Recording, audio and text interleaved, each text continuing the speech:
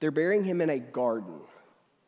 And John repeats that twice. There is a garden. There is a new tomb in a garden.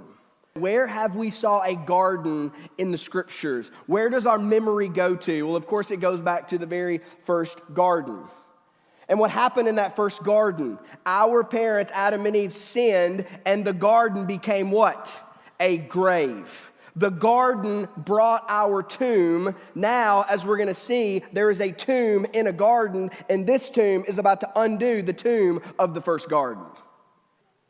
Yeah, there's a tomb, but there's also flowers, and the flowers are blooming. So here's Mary. She sees angels. She can't quite put it together. Then she sees a guy, and she turns around. The guy's asking her, why are you weeping? And talking to her, and she looks at this guy, and it says that she supposes he is a what?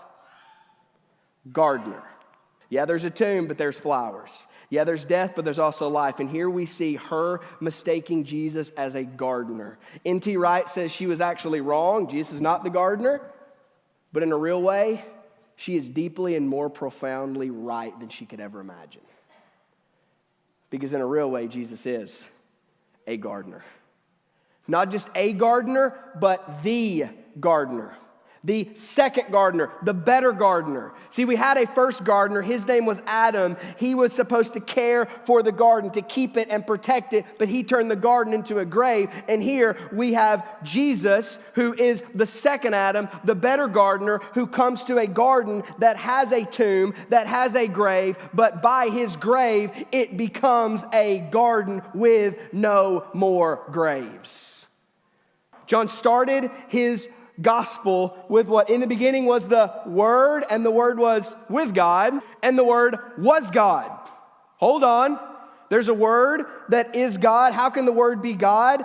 But not only is the Word God, but all the worlds were made through this Word, and in the Word is life. Thomas saying, hey, Jesus, you're my Lord and my God. You're the Word that made the cosmos, and now Jesus, as the Word, is remaking the cosmos. He is bringing a whole new creation that starts with His body. He's making it all new. Yeah, there's a tomb inside of a garden, but there's going to be a garden with no more tombs. And how is that? It's through the resurrection of Jesus Christ. Thomas, look, touch, feel. I am He. I've overcame your sin. I've overcame your death. So you can go through death and come out the other side into life, eternal life.